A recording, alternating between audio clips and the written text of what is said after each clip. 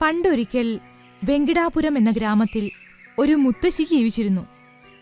അവർ യാത്ര ചെയ്തിരുന്ന യാത്രികർക്ക് മുറികൾ വാടകയ്ക്ക് കൊടുത്ത് അതിൽ നിന്ന് കിട്ടുന്ന പണം കൊണ്ടാണ് ജീവിച്ചിരുന്നത്. മുത്തശ്ശിയുടെ വീട് 4 തെരുവുകളും യോജിക്കുന്ന ഇടത്ത് ആയിരുന്നതിനാൽ കാൽനടക്കാർ ആ വഴിക്ക് എപ്പോഴും വന്നുകൊണ്ടിരുന്നതിനാൽ അവിടെ എപ്പോഴും വളരെ തിരക്കായിരുന്നു. അങ്ങനെയിരിക്കുമ്പോൾ ഒരു ദിവസം രാത്രി 4 ശക്തന്മാരായ യുവാക്കൾ ഭക്തന്മാരുടെ വേഷത്തിൽ വന്ന് മുത്തശ്ശിയുടെ അടുത്തേക്ക് പോയി. മുത്തശ്ശി, ഞങ്ങൾ കാശിയാത്രയ്ക്ക് പോവുകയാണ്. അതുകൊണ്ട് ഈ നാട്ടിൽ കുറച്ചു കാലം ജീവിക്കാമെന്ന് കരുതി. അതുകൊണ്ട് ഞങ്ങൾക്കൊരു മുറി വാടകയ്ക്ക് വേണം എന്ന് മുത്തശ്ശിയോട് പറഞ്ഞു. അപ്പോൾ ആ മുത്തശ്ശി അവരുടെ വേഷം നോക്കിക്കൊണ്ട് മുറി കൊടുക്കാനായി ഒന്ന് സംശയിച്ചു. അപ്പോൾ അവർ ആ മുത്തശ്ശിയോട്, ഞങ്ങൾ ക്ഷേത്രങ്ങളിൽ ഭജനയ്ക്കിരിക്കുന്നവരാണ്. അവിടെ ഭക്തർ നൽകുന്ന പൈസ കൊണ്ടാണ് ഞങ്ങൾ യാത്ര ചെയ്യുന്നത്. ഈ നാട്ടിലെ രാമക്ഷേത്രത്തിൽ കൂടി 1 മാസം ഭജന ഇരിക്കാമെന്ന് ഞങ്ങൾ ആഗ്രഹിക്കുന്നു. അതുകൊണ്ട് ഞങ്ങളോട് ദയവ് തോന്നി ഒരു മുറി ഞങ്ങൾക്ക് വാടകയ്ക്ക് തന്നാലും എന്ന് ദയവോടെ ചോദിച്ചു. അവരെല്ലാം അങ്ങനെ സംസാരിക്കുന്നത് കേട്ട് പറ്റില്ല എന്ന് പറയാൻ കഴിയാതെ ആ മുത്തശ്ശി ഒരു മുറി അവർക്ക് വാടകയ്ക്ക് കൊടുത്തു. ആ മുറിയിലേക്ക് സാധനങ്ങളുമായി വന്ന അവർ അവരുടെ കയ്യിലുണ്ടായിരുന്ന ഒരു സഞ്ചിയെടുത്ത് മുത്തശ്ശിയുടെ കയ്യിൽ കൊടുത്ത് അത് സൂക്ഷിച്ചു വെക്കാനായി അവരോട് പറഞ്ഞു. അപ്പോൾ ആ മുത്തശ്ശി ഈ കിഴിയിൽ എന്താണെന്ന് ചോദിച്ചപ്പോൾ, ഞങ്ങൾ ഇത്രയും നാൾ ഭജന ചെയ്ത് സമ്പാദിച്ച പണം ഏകദേശം 1000 സ്വർണ്ണനാണയങ്ങളോളം അതിൽ സൂക്ഷിച്ചു വെച്ചിട്ടുണ്ട്. ഈ മുറി അത്രയ്ക്ക് സുരക്ഷിതമല്ലാത്തതുകൊണ്ട് നിങ്ങളുടെ ഇരുമ്പ് പെട്ടിയിൽ ഇത് ഭദ്രമായി വെച്ചോളൂ എന്നവർ പറഞ്ഞു. അതിന് ആ മുത്തശ്ശി ശരിയെന്ന് പറഞ്ഞുകൊണ്ട് ആ പണസഞ്ചി കൊണ്ടുപോയി. മുത്തശ്ശി, മറ്റൊരു കാര്യം, ഈ പണക്കിഴി ഞങ്ങൾ 4 പേരും വന്ന് ചോദിച്ചാൽ മാത്രമേ കൊടുക്കാവൂ. അതൊരിക്കലും മറക്കരുത് എന്നവർ മുത്തശ്ശിയോട് പറഞ്ഞു. അപ്പോൾ ആ മുത്തശ്ശി ശരിയെന്ന് പറഞ്ഞു. അങ്ങനെ കുറച്ചു ദിവസങ്ങൾ കഴിഞ്ഞുപോയി. ഒരു ദിവസം 4 പേരും ചേർന്ന് ചന്തയിലുള്ള ഒരു തുണിക്കടയിൽ തുണി വാങ്ങാനായി പോയി. അവിടെ അവർക്ക് ഇഷ്ടപ്പെട്ട തുണികളെല്ലാം എടുത്തു വെച്ചുകൊണ്ട് അവരിൽ ഒരാളെ മുത്തശ്ശിയുടെ വീട്ടിലേക്ക് അയച്ച് പണക്കിഴി എടുത്തുകൊണ്ടുവരാനായി പറഞ്ഞു.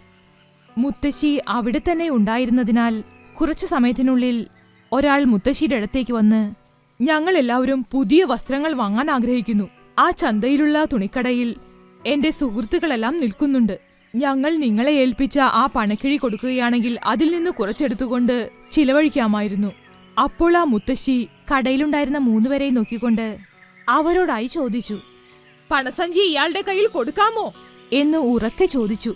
അപ്പോൾ അവിടെ നിന്നിരുന്ന 3 പേരും കൊടുക്കാനായി ആഗ്യം കാണിച്ചു. അപ്പോൾ ആ മുത്തശ്ശി ആ പണക്കിഴിയെ അപ്പോൾ വന്ന ആളുടെ കയ്യിൽ ഭദ്രമായി കൊടുത്തു. പണസഞ്ചി വാങ്ങിയയാൾ എല്ലാവരുടെ കണ്ണും വെട്ടിച്ചുകൊണ്ട് അവിടെ നിന്നും രക്ഷപ്പെട്ടു. ഒരുപാട് നേരം കഴിഞ്ഞും അയാൾ വരാത്തതിനാൽ മറ്റു 3 പേർക്കും സംശയമായി. സത്രത്തിൽ വന്ന് നോക്കിയപ്പോൾ അവൻ പണസഞ്ചിയുമായി രക്ഷപ്പെട്ടു എന്ന വിവരം അവർക്ക് മനസ്സിലായി. ഉടനെ ആ 3 പേരും ഒരു തീരുമാനമെടുത്ത് മുത്തശ്ശിയുടെ അടുത്തേക്ക് പോയി ഒന്നും അറിയാത്ത ഭാവത്തിൽ, മുത്തശ്ശി, ഞങ്ങൾ നിങ്ങളെ ഏൽപ്പിച്ച പണസഞ്ചി ഞങ്ങൾക്ക് തന്നാലും ഞങ്ങൾക്കിപ്പോൾ ആവശ്യമുണ്ട് എന്ന് മുത്തശ്ശിയോട് പറഞ്ഞു. അപ്പോൾ മുത്തശ്ശി അത്ഭുതപ്പെട്ട്, നിങ്ങൾ ശരിയെന്ന് പറഞ്ഞതുകൊണ്ടല്ലേ ഇതിനു മുമ്പ് വന്ന ആളുടെ കയ്യിൽ ഞാൻ പണസഞ്ചി കൊടുത്തത്. ഇപ്പോൾ നിങ്ങൾ വീണ്ടും വന്ന് ചോദിച്ചാൽ ഞാൻ എന്തു ചെയ്യും എന്ന് മുത്തശ്ശി പാവമായി ചോദിച്ചു. മുത്തശ്ശി പറയുന്നത് കേട്ട് ആ 3 പേരും മുത്തശ്ശിയോട് പ്രശ്നങ്ങൾ ഉണ്ടാക്കാൻ തുടങ്ങി. ഈ മുത്തശ്ശി ഒരു പെരുങ്കള്ളിയാണെന്ന് തോന്നുന്നത്. ഞങ്ങളുടെ പണമെല്ലാം മോഷ്ടിച്ചിട്ട് ഇപ്പോൾ ഒന്നും അറിയാത്ത ഭാവത്തിൽ നിൽക്കുന്നു എന്ന് പറഞ്ഞുകൊണ്ട് അവർ ശബ്ദമുണ്ടാക്കാൻ തുടങ്ങി. ആ ശബ്ദം കേട്ട് അവിടെയുണ്ടായിരുന്ന എല്ലാവരും അവിടെ കൂടിച്ചേർന്നു. എന്നാൽ അവരെല്ലാം ഒന്നും പറയാതെ മൗനമായിരുന്നു. ആ സത്രത്തിൽ തന്നെ തലേ ദിവസം വന്നിരുന്ന ഭരത് എന്ന യുവാവ് മാത്രം മുത്തശ്ശിയെ സംരക്ഷിക്കാനായി, നിങ്ങളിലെ ഒരാൾ വന്ന് പണസഞ്ചി വാങ്ങിക്കൊണ്ടുപോകുന്നത് ഞാൻ കണ്ണുകൊണ്ട് കണ്ടതാണ്. ഇപ്പോൾ നിങ്ങൾ മുത്തശ്ശിയോട് ഇങ്ങനെ സംസാരിക്കുന്നത് ഒട്ടും ശരിയല്ല എന്നയാൾ വാദിക്കാൻ തുടങ്ങി. അപ്പോൾ ആ 3 പേർ വളരെ ഉച്ചത്തിൽ, ഓഹോ, അപ്പോൾ നീ മുത്തശ്ശിയെ സഹായിക്കുന്ന മോഷ്ടാവാണോ എന്ന് പറഞ്ഞ് ഭരതിനെ അവർ പഴിചാരാൻ തുടങ്ങി. അങ്ങനെ ആ പ്രശ്നം വളരെ വഷളായി. അവരെല്ലാം ഗ്രാമത്തലവന്റെ അടുത്തേക്ക് പോയി. ഗ്രാമത്തലവൻ മുത്തശ്ശിയോട്, അവർ നിങ്ങൾക്ക് പണസഞ്ചി തന്നു എന്നത് സത്യമാണോ എന്ന് ചോദിച്ചു. അതെ, സത്യമാണ്. എന്നാൽ ഞാൻ അവരോട് ചോദിച്ചിട്ടാണ് ആ പണസഞ്ചി അവരിൽ ഒരാൾക്ക് ഞാൻ തിരിച്ചു നൽകിയത്. എന്നെ വിശ്വസിച്ചാലും എന്നവരോട് പറഞ്ഞു. അപ്പോൾ ഗ്രാമത്തലവൻ, മുത്തശ്ശി, അവർ പണക്കിഴി നിങ്ങളെ ഏൽപ്പിക്കുമ്പോൾ എന്താണ് അവർ പറഞ്ഞിരുന്നത് 4 പേരും കൂടി വന്നാൽ മാത്രമേ കൊടുക്കാൻ പാടുള്ളൂ എന്ന് പറഞ്ഞിരുന്നില്ലേ? പിന്നെ എന്തുകൊണ്ട് അങ്ങനെ ചെയ്തില്ല എന്നയാൾ ചോദിച്ചു. അപ്പോൾ ആ മുത്തശ്ശി, ആ 3 പേരും പണം കൊടുത്തുകൊള്ളാൻ എന്നോട് ആംഗ്യം കാണിച്ചു, അതുകൊണ്ടാ ഞാൻ കൊടുത്തത് എന്ന് പറഞ്ഞു. ഗ്രാമത്തലവൻ മുത്തശ്ശിയോട്, നിങ്ങൾ ചെയ്തത് തെറ്റാണ്. ആ 4 പേരും വന്ന് ചോദിച്ചതിന് ശേഷം മാത്രമേ കൊടുക്കാൻ പാടുള്ളൂ. എന്നാൽ ഒരാൾ വന്നപ്പോഴേ നിങ്ങൾ കൊടുത്തിരിക്കുന്നു. അതുകൊണ്ട് അവരുടെ പണം നിങ്ങൾ തിരിച്ചു കൊടുത്തേ മതിയാകൂ എന്ന് ഗ്രാമത്തലവൻ പറഞ്ഞു. ഇതെല്ലാം കേട്ടുനിന്നിരുന്ന ഭരത്, ഗ്രാമത്തലവ, മുത്തശ്ശി പണം കൊടുത്തതിന് ഞാൻ സാക്ഷിയാണ്. ഞാൻ കണ്ണുകൊണ്ട് കണ്ടതാണ്. ഇവരെല്ലാവരും ചേർന്ന് ഈ മുത്തശ്ശിയെ പറ്റിക്കാനായി നോക്കുകയാണ്. നിങ്ങൾ ഇതിന് ഒരു തീർപ്പ് കൽപ്പിക്കണം എന്ന് മുത്തശ്ശിയുടെ ഭാഗം പറഞ്ഞു. ഗ്രാമത്തലവ, കണ്ടില്ലേ, ഇയാൾ മുത്തശ്ശിയുടെ കൂടെ ആ പണം മോഷ്ടിച്ച് ഇപ്പോൾ ഒന്നും അറിയാത്ത ഭാവത്തിൽ ഇവിടെ വന്ന് കള്ളസാക്ഷി പറയുകയാണ് എന്നയാൾ ഉറക്കെ പറഞ്ഞു.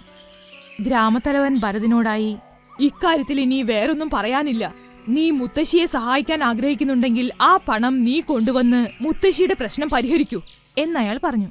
അപ്പോൾ ഭരത്, ശരി, നിങ്ങൾ പറഞ്ഞ പ്രകാരം ഞാൻ തന്നെ പണം കൊണ്ടുവരാം. എന്നാൽ അവർ പറഞ്ഞ പ്രകാരം 4 പേരും ഒരുമിച്ച് വന്നാൽ മാത്രമേ ആ പണം ഞാൻ അവർക്ക് കൊടുക്കുകയുള്ളൂ. അവർ പറഞ്ഞ പ്രകാരം 4 പേർ വന്നാൽ മാത്രമല്ലേ പണം കൊടുക്കാൻ പാടുള്ളൂ. എന്നാൽ ഇപ്പോൾ 3 പേർ മാത്രമേയുള്ളൂ എന്ന് പറഞ്ഞത് കേട്ടപ്പോൾ ആ 3 പേരും എന്താണ് ചെയ്യേണ്ടതെന്നറിയാതെ കണ്ണു മിഴിച്ചു നിന്നു. അപ്പോൾ ഭരത് ആ 4 പേരെ കുറിച്ച് മറ്റൊരു സത്യം ഗ്രാമത്തലവനോടായി പറഞ്ഞു. ഗ്രാമത്തലവ, ഈ 4 പേരും ഇപ്രകാരം എല്ലാവരെയും കബളിപ്പിച്ച് ജീവിക്കുന്ന മോഷ്ടാക്കളാണ്. ആർക്കും അറിയാത്ത ഭാവത്തിൽ ഓരോരോ വേഷങ്ങൾ ധരിച്ച് ഓരോ ഗ്രാമത്തിൽ ഇവർ ജീവിക്കും എന്നയാൾ പറഞ്ഞു. അപ്പോൾ ഗ്രാമത്തലവൻ ഭരതിന്റെ ബുദ്ധിശക്തിയിൽ പ്രശംസിച്ച് ആ 3 കള്ളന്മാർക്കും കടുത്ത ശിക്ഷ തന്നെ വിധിച്ചു. അതിനുശേഷം ഭരതിന്റെ ബുദ്ധിശക്തിയിൽ പ്രശംസിച്ചുകൊണ്ട് രാജകൊട്ടാരത്തിൽ ന്യായാധിപന്റെ പദവിക്കായി ശുപാർശയും ചെയ്തു. ആ 4 കള്ളന്മാരിൽ നിന്ന് രക്ഷിച്ച ഭരതിനെ മുത്തശ്ശി ദത്തെടുത്തുകൊണ്ട് ജീവിതകാലം മുഴുവൻ സ്വന്തം മകനെ പോലെ സംരക്ഷിച്ചു.